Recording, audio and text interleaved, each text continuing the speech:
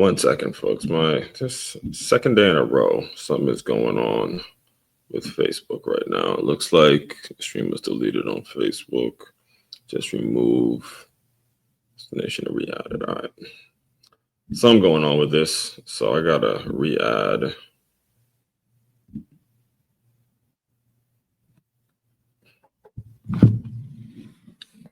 One second, if you are listening to this on the Move Swiftly podcast. So for the past 2 days, I should say, this has happened. So I got to look into that.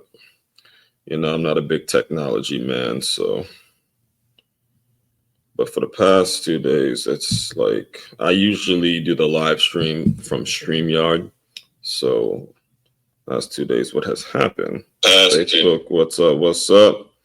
I've had to realign the Facebook deal. So anyway, we already got it going. We got it going. Let's get into it. We won't worry about that right now. We just gonna get into the content, do what we do. Just do what you do day in and day out. If you're really about it, you just gonna keep doing it regardless. You feel me? All right, let's get it.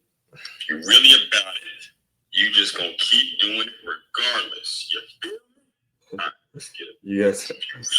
Yeah, you guys are probably hearing me say that twice, because what I do is I make sure it's recorded well on the phone, and then I transfer over here on the computer, because there was a time where I had just started doing these, and I was talking. I did a whole hour-long show, and I realized once I got off, hey, the damn thing wasn't recorded. The sound wasn't working. So I want to make sure I'm always very cognizant of that these days. All right, let's get everything just set up where it needs to be and doing what you got to do. But I've gotten so much more efficient with the usage of technology these days. So really proud of myself when it comes to that. All right, so let me just introduce myself to any newcomers, anybody that may be new to my world. Today is more of a kind of just a recap day of what we've been discussing all week in regards to worldview, understanding where worldview comes from, understanding what worldview is all about, understanding where it intersects, and how you're going to have to deal with folks who don't share your worldview. We've been dissecting that all week. So we're just going to recap a lot of the things and the articles and the stuff that I put out for the past week. And then we'll get you guys out of here in about 35 minutes. I'm learning to now filter myself and make sure I'm structuring my time to not go off. All right. Because if you're a regular listener, you know there are times where I can go from 0 to 100. We can start talking. A certain subject comes up, certain things pop up. Somebody might leave something in the comment, and I go off the road. This is what it's like when you're a public speaker, when you have so much passion, when you have so much drive in terms of what it is you do every day. When I look forward to these every single morning, and when you're working from that passionate place, there's no telling. There's just no telling where you're going to go. You just go.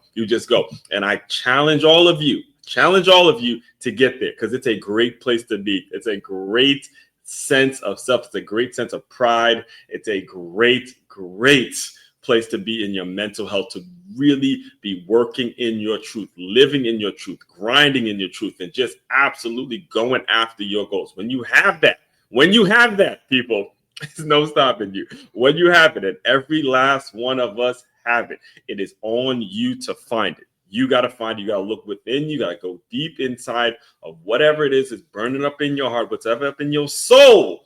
You got to find it. I'm telling you, got to find it, because if you don't, somebody else is going to define they're going to define it for you. And you don't want other people running your life. You don't want other people having control over what it is you're trying to do. All right. You need to take control of your shit. All right. So first and foremost, let me just intro again. As you can see, it happens every once in a while. I'm going to introduce myself to anybody that may be new to this world, maybe new to the whole Move Swiftly brand. Again, my name, Aswan Crookshank. I am your one and only Move Swiftly speaker, former Division I college football player, and current 5-time, soon to be 6-time published author and educator. Created a whole business, a whole brand, a whole philosophy, a whole mindset, in which is all about taking the innovative teamwork lessons that you learn and gets taught on the football field, and aligning them with businesses and business owners so they have a team, they have a group of employees, they have a staff that moves as efficiently and has that hunger and that eagerness and that passion as a championship high school or youth football team. That's what we want. That staff, man. You walk into your business and you got guys grinding, like feeling it. I mean, when you really run it, when you are around it, again, when you're around it, these are community changing programs, community changing, like changing the trajectory of a community, of an entire mindset, entire lifestyle. When you have championship youth in high school, all right, again, like I was saying, I was kind of went off on a rant yesterday when I was talking about this, but when you get college and you get professional championship teams, not that that's bad, but it does not hit the community the way a youth or a high school football team hits the community. When you see it, when you're around a youth or a high school football team that is winning championships and that has a level of pride in terms of the way they go out and handle their business every day, when it comes to how the parents interact with the coaches and the coaches interact with the parents, and you get the kids who are buying into something that's bigger than themselves, hey, this is something that they're going to be taking with them for the rest of their lives. Those young men and these young women who are learning teamwork, who are learning integrity, who are learning hard work, learning work ethic, learning how to be determined, learning to work with others for a bigger goal. All of that stuff is going to be so important, such a parallel in terms of what goes on in their job, how they go about getting hired, how they go about showing up in their families, how they go about showing up in whatever situation they're in. All right. So I'm telling you, you want your business running like that. You want your business running in a way in which it's kind of running parallel to a championship high school or youth football team. That's what you want. You need that. All right. You need that mentality. If you don't have that mentality, I am telling you guys from my heart, I'm telling you, if you don't have that mentality with the explosion of AI and artificial intelligence and the way people are really catching on and the way folks are really starting to learn, okay, if there's something I can do with AI, what the hell do I need some lazy ass mofo in my company for? I'm going to say that one again for the people in the back. All right. Before I even get to my announcements. All right. If I think about it from a business owner's perspective. All right. With the explosion of AI and the explosion of technology, if I, as a business owner, can get something done by utilizing AI, what the hell do I need some lazy mofo, dead weight person who isn't producing any results? What exactly do I need that person for? If they're just going to sit around and be on the computer and use AI, why am I paying you? Why am I paying you? Right? You got to start adding value. Add value. All right, you got to start adding value, and you better get on with it. Because this is the way business works. It is not a pretty sight. They have no friends. There's no friends in business. No homeboys. They're gonna hook you up with a job that you can just be chilling. It's not gonna work no more. So get your ass to make your hairs. All right, I'll use that as a promo into the announcements today. All right, so. First things first. Let me get. This is me now transitioning to the announcements because I get a little excited when I start talking about this stuff. First things first. Make it free guide. If you are a business owner and you like the way I sound, you like the way I started the show, you like the first 9 minutes of what I've been talking about in terms of bringing people on, making sure that you have a staff that's cohesive, you have a staff that's motivated and determined and all that kind of stuff, and you want me, if you're interested in having somebody come in, implement a system that's going to allow you to create that mentality amongst your staff, first things first is you go to free guide. All right, free guide, that's FREEGUIDE, freeguide.com. www.makeyamove.com. It is very, very simple. You simply hit the button, it's your name, first name, last name, phone number, email, and just sign me up. You're going to get a 10-step process. I create a 10-step process that you could utilize right now. You could use it right now to start creating that environment within your organization. Now, it's not going to solve all of your problems, but it will align you. I basically put it in a very easy to understand math problem, which is establishing measurables. All right, that's on one side.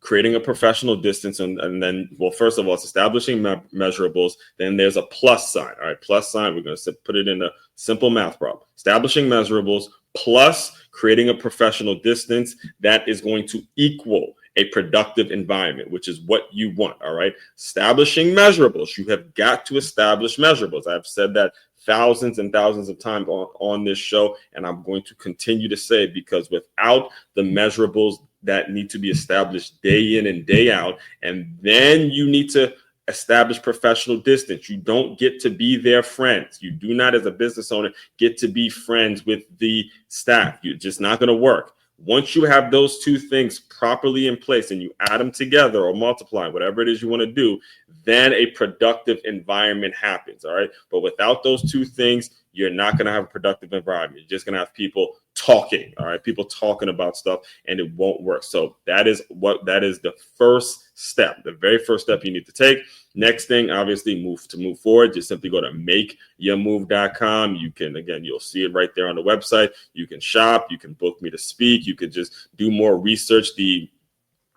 The thing about the understanding of when you are bringing in somebody to do professional development, I strongly implore you to do your research on an individual. Makeyamove.com has all the research that you need on me. I probably update that site at least once or twice a month in terms of what's new and what's going to be going on. But that would be the main website to check out to dive deeper into the work that I do. All right. So announcements. We got through those announcements. Let's get into the content today. Let me put this up on the screen real quick. Recapping on shaping worldview. All right. So let me just go back to Monday. I'm going to put the article up from Monday just so we have it as a reference. I won't read it all out loud like I did on Monday, but it is important that I at least have it up as a reference so you guys can see it. So basically what we've been discussing all week is defining your worldview and understanding first of all, what is a worldview? Let me just read the definition full out for you guys again. Worldview. Believe I had it written so you can. Let me just Google it real quick. Worldview. There it is. Yes, right. So worldview, a particular philosophy of life or conception of the world. All right. The way you personally see the world, how you see it. What are the things that are valuable to you? What are the things that you see as valuable? What are the things that you make a priority in your world? All right. Now, for a lot of people, including myself, all right, this is something that I made the point of saying saying on Monday, and I want to re-emphasize this point because this is a strong point in terms of recognizing it and understanding why you've made the moves that you've made and why you've made the mistakes you made and not beating yourself up for mistakes. In fact, so for those of you who don't know, I teach. I'm a teacher. It's K through 5, and I'm pretty much around kids all between this, recording, running, spending quality time with my girl and, with the kids. That's pretty much my life. And, going out speaking and doing all these things. So I'm constantly engaging with folks who've made mistakes in their past, who still are very much making mistakes. And I remember it was either yesterday or the day before yesterday, I can't remember. So we're at this part of the year where some of the kids are, where like the kids are doing testing, and there's a lot of assessments, and a lot of things are just new and stuff like that. And I remember actually teaching one of the kids, it was a lesson that we were going through, and they just were, they might, decimals, that was it. Yes. Since we're going over decimals now, there was a young girl who had the right answer, right? She put the right answer. The only thing is she put the decimal in the wrong place. So let's say for the sake of this, instead of it being 0.14 or 0.14 or something like that, she put 1.4, and obviously that changes the whole answer. Or no, I'll tell you what. So that happened, and then there was another student who actually she had the right answer, but the decimal looked like a zero. Right? And this, my mom's gonna love hearing this because she used to always get on my ass about my handwriting and stuff like that. So, so here's what happened. So she writes the answer, and the decimal looks like a zero. It looks like a zero. So the answer is like 1.4, but it looked like 104 because the decimal was made like a zero. And I'm like, you see, if you're getting, and I'm sounding like her, this is the scariest shit ever. It's always scary when you start sounding like your parents, like that. So I'm telling her, yo, if you don't fix your writing, the same thing my mother would tell me over and over, you don't fix your writing, you're not gonna get to college, and people gonna answer a question. And I'm sounding like her. That's the scary part, right? So I tell the girl, I'm like, look, it's supposed to be 1.4. You made your decimal look like a zero. Now it's 104. And I'm like, geez, she's gonna love that. So the long story short is, or the long and short of this is, point being is we're all going to make mistakes. It's part of the game. It doesn't make you a bad person, doesn't make you, scum of the, doesn't make you any less of a human being. It's just you've made mistakes. And without an understanding of where your worldview came from, what you're all about, why you're constantly clashing with certain folks, is because you have a certain way that you see the world. They have a certain way that they see the world, and there's just absolutely nothing you're going to be able to do about it. You're not changing the person. You're not changing what they're about. If they value, a certain thing, hey, let it go. Let it go. Say it with me, guys. Let it go.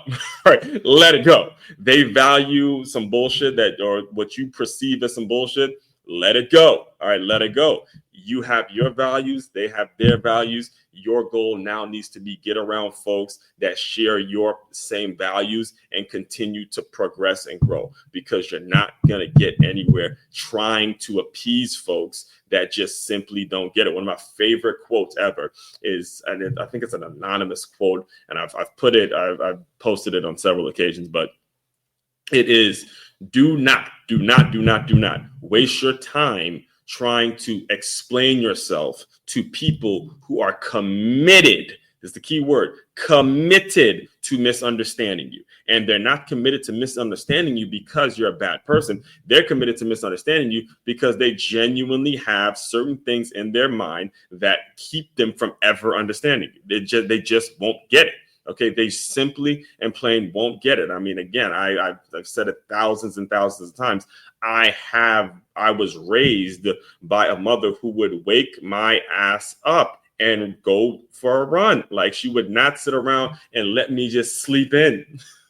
That wasn't her mentality. That wasn't my son's talking about playing in the NFL. He's talking about being some big time athlete, and you sleep. You sleep. You got all these. This was my room. I had all these posters of football players and Ray Lewis, and I had the who's Randy Moss, and all these D Wade, all these posters I had on my wall. I remember this big one I had of Muhammad Ali, right? And she would use that and say, "Wake your ass up and go work out every single morning." That's what it was all about. Okay, and again, as I've grown, I get it. A lot of people don't have that. Doesn't even make other mothers bad mothers. It's just, hey, some mothers may value other things. Some parents may value this and they want their kids knowing that. Doesn't matter. The point of it is you have to be very respectful and understanding of everybody's worldview and get to a place where you can simply accept it. When you accept other folks' worldview and just say, that's the way it is, then that's the way it is. So a lot of this can be very difficult to explain because it's a complex issue. And when you're met with it, there aren't words in the moment that's going to allow you to explain yourself in a certain way. So for me personally, what I was dealing with a week ago and what led me to getting on this topic were, you know, at the end of the day, two individuals that I work with that I've been working with for 3 years at this point, that I genuinely just, at this point, I can't stand. Like they get to me on a daily basis. All right, they get to me on a day. No one will ever know. No one ever know. And again, I've said this on multiple occasions. I don't do anything at a school, especially when it comes to the kids I work with and the students I work with. I personally will never do anything that's going to affect the experience of the student. So you're never going to see me really bad mouthing per se a particular individual that I work with. You're never going to see me bad mouthing kids and parents. You're never going to see me as an adult doing things knowing that I have kids watching me, literally watching me every single moment of every single day, to the point where they could point out certain things. They could tell me stuff about me that I couldn't even tell myself. In fact, just yesterday, a quick story, and I'll get back into the quick story. Yesterday, my girl texted me and she goes, all right, describe yourself in 3 words and then describe me in 3 words. Instead of myself doing it, I actually had the kids doing it. And I'll just put it like this. They had more than 3 words. The students had more than 3 words. It's like, oh, and they tore me up a little bit when I asked them that. So the long story short is, I personally would never let a disagreement with another adult here. I will never let that affect the experience that the kids are having. But yesterday, you know, it gets to me. It does. It gets to me at times because they're 2 people that, again, I've known for the past 3 years that there's nobody with the turnover that happens in the education industry. After 3 years of working with 2 particular individuals, you really get a sense of who they are, what they're all about, what their mentality is when certain things come up. And when I really sat with that last week, I don't like them. I can't stand them. And their philosophy, their mindset, their whole way of being, that's fair. That's them. That's their mentality. But anyway, I put it in the chat GPT, just to get me through the moment, just for some mental health, some mental clarity. I put the question into chat GPT, as you can see right there on the screen. I said, based on everything you know about me, and I use chat GPT multiple times a day. So they're always collecting data about me. I said, based on everything you know about me, how would you define my worldview? The answer that ChatGPT gave, which was a very accurate answer, a centrist. And I'm like, a centrist? What's that? Like, what? And the more I read into the definition, the more it clicked. A centrist. It's someone who holds a political or personal views that land somewhere in the middle, not clinging to the far left or far right, but rooted in practicality, logic, and real life results. And yeah, that fits. Because my entire business, everything I write, speak on, and build is based on innovative teamwork, not division, not extremism, execution.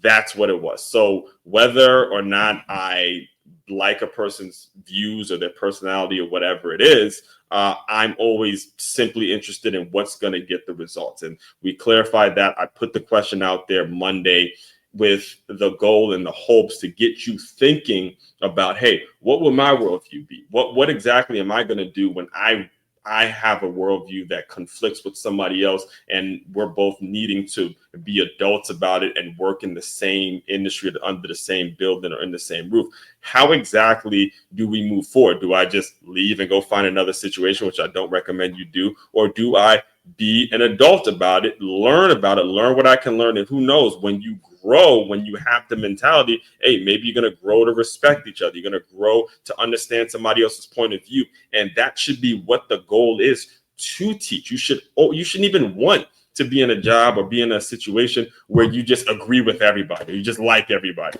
That's not life. That's not realistic. That's not growth. That's not going to lead to you making sure you are detail oriented on everything you do. It's not going to work if you do that. I'm just telling you. Yet.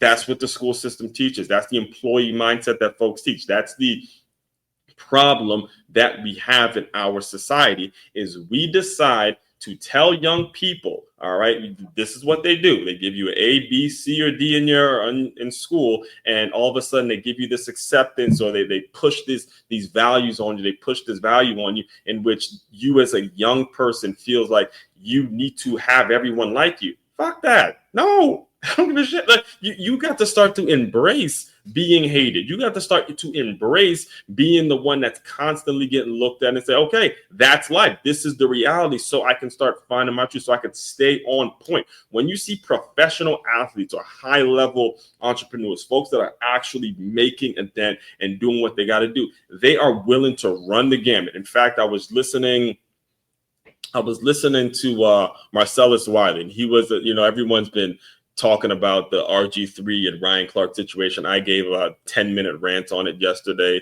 and I'm pretty much done with it. I'm done with the story. But actually, no, I'm not done. I lied. I will be probably diving deeper into that next week when I talk about this whole black fatigue thing. But one of the things that Marcellus Wiley mentioned that he brought up that I didn't even think of was when you think about the late Kobe Bryant, right? Kobe Bryant came into the league. He was liked. Then, he was hated after the situation that he was dealing with in Colorado. And then he came back with that Mamba mentality. And then, towards the later part of his life, he became just the lovable girl dad. The high level folks like a Kobe Bryant, right?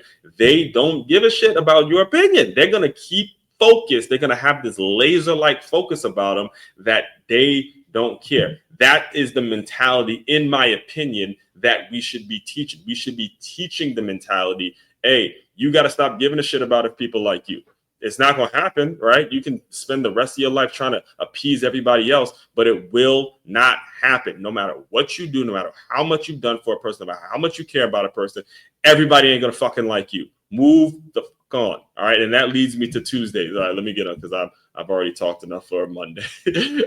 Tuesday. So Tuesday, as we do every single week, is we lay out something that I like to call Top 5 Tuesday. Top 5 Tuesday, based on the theme or whatever's going on that particular week. And Top 5 Tuesday was all about top 5 ways to cope with conflicting worldviews at work. Again, the reason that I had to emphasize the work part of it is because typically, the time that you spend around folks who conflict with your worldviews are the things that you need to do. You need to go to work to pay your damn bills and, put food on the table and all that kind of stuff. And most of the time it's work where you're forced to be around folks who conflict with your worldview. Same thing that would happen even in the football world. When you play football, you're good enough to play on this team and start on this team, but that doesn't necessarily mean everybody in that locker room, every teammate you have is just going to have your worldview. You're going to conflict with the way some people were taught, what their home life is, what their mentality is, what they value, all these things. Part of life, part of growth. That's what happens. All right. So when you run into these conflicting worldviews, there is a process. There's a process that you got to adopt, and you got to adopt it really, really, really fast. It has to happen really, really fast. Very first thing you got to do is you got to breathe. All right. You got to breathe it out. And I remember Tuesday, I forgot to mention this on Tuesday. But when I first learned public speaking, I was at Toastmasters, and this cat named Saint. I think his name was Saint, and he was crushing it, like DTM, Distinguished Toastmasters. I mean, there was one point where he gave two. It was a big speaking competition, and he gave 2 speeches that day, 2 in a row. And the thing is, well, even before the speech. So this was him before the speech, right? Before he would practice, because he would practice at the speech at the Toastmasters meetings on Saturday mornings. So before he would start every speech, this would be him. He'd be like, every single time. And it would be a good 30 seconds of him just going,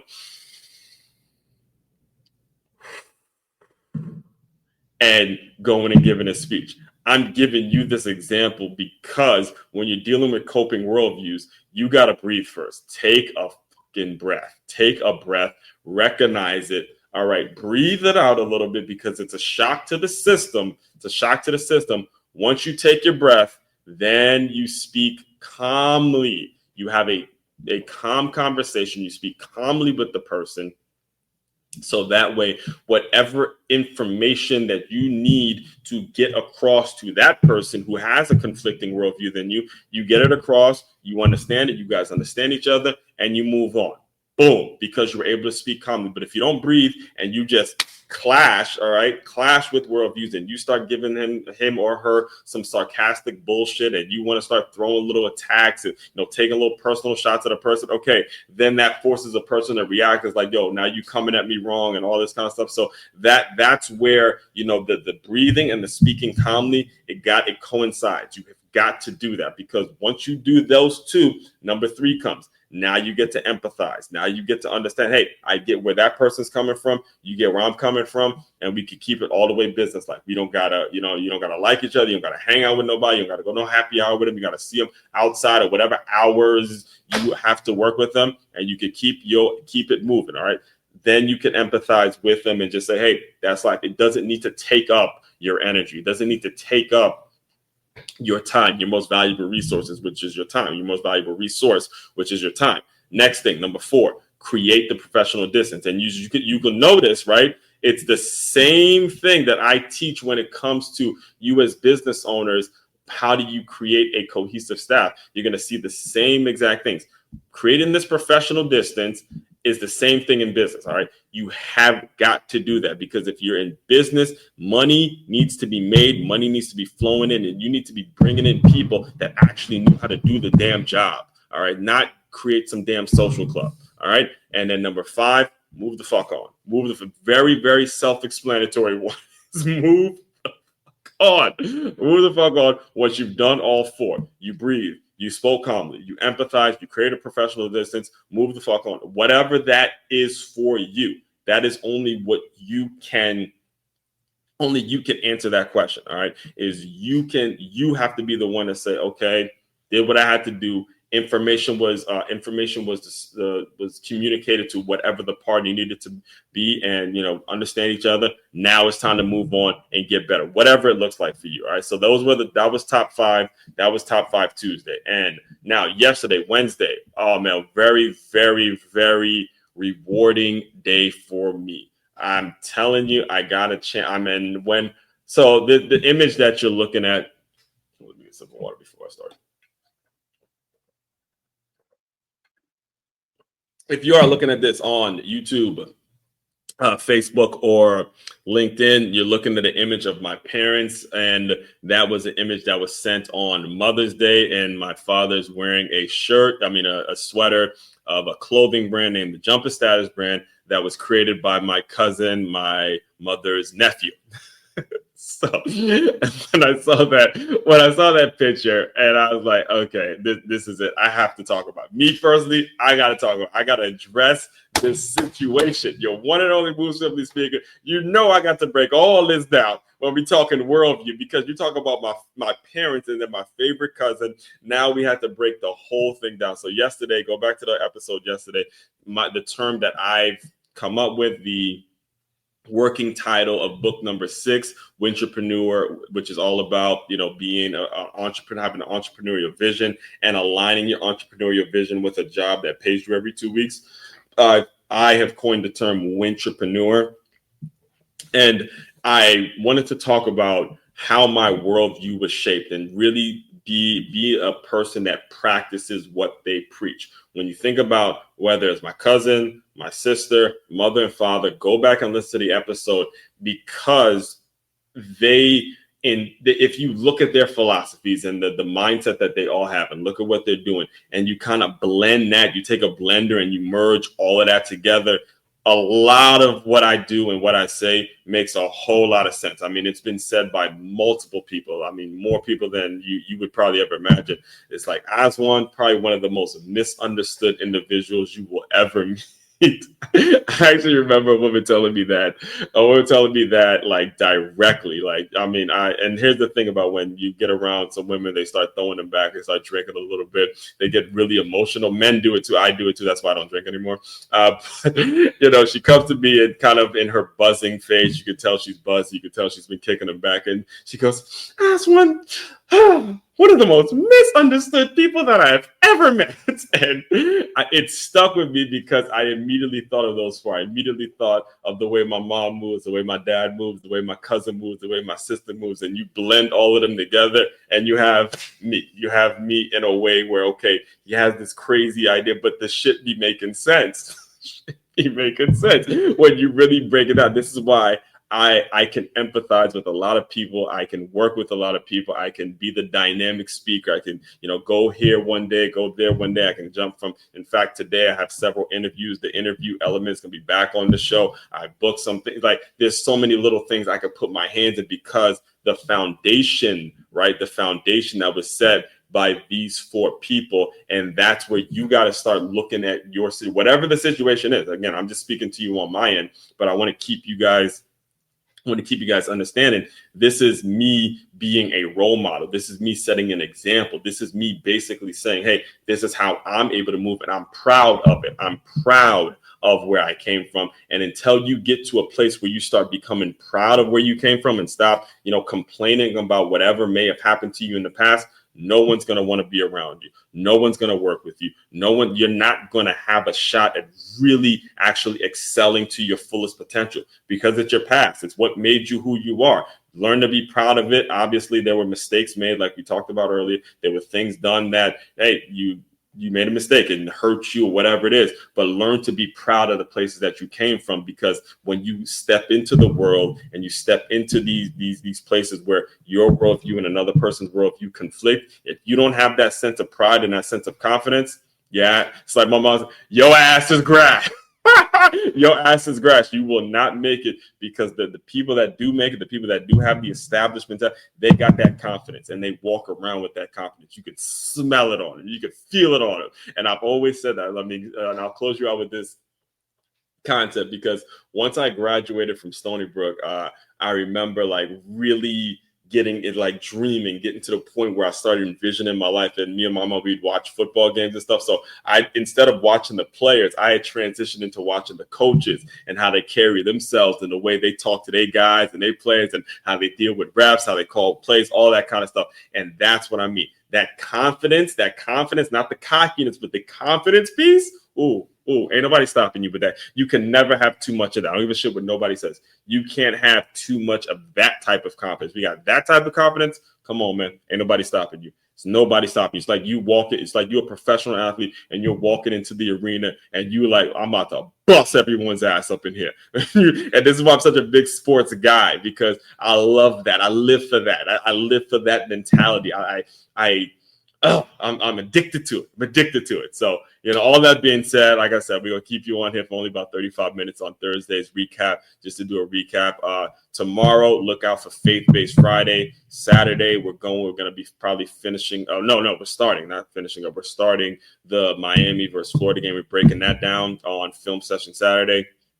And then Sunday, stay tuned, Stay Hired Sunday, my good friend Kimberly Blue. And then Monday is when we're going to start talking about Black fatigue and this whole conversation that I've been waiting to dig up into the whole Black fatigue conversation, because it is something that I personally want to address with all of you. And it's important that you hear it directly from a Black male whose name comes from the Arabic word black. Aswad is an Arabic way of saying black, and that's why my parents named me Aswan. So you're not going to meet someone that's better to talk about when it comes to the whole Black fatigue conversation. So we'll dive into all that. Stay tuned. Make sure you like, comment, and subscribe to this channel, because it is taking off the valuable information that we give every day. And trust me, the interviews we got coming, I'm telling you, man, we going places. All right. All that being said, again, main website to check out to dive deeper into all this work. If you want me to come out and implement a system with your staff so they have the same motivation, the same hunger that you see right here, it's makeyourmove.com. One-stop shop for all your teamwork and your self-development needs. Aswan Crookshank, your one and only Move Swiftly speaker. Check it out. You guys continue to move swiftly. We will talk more soon.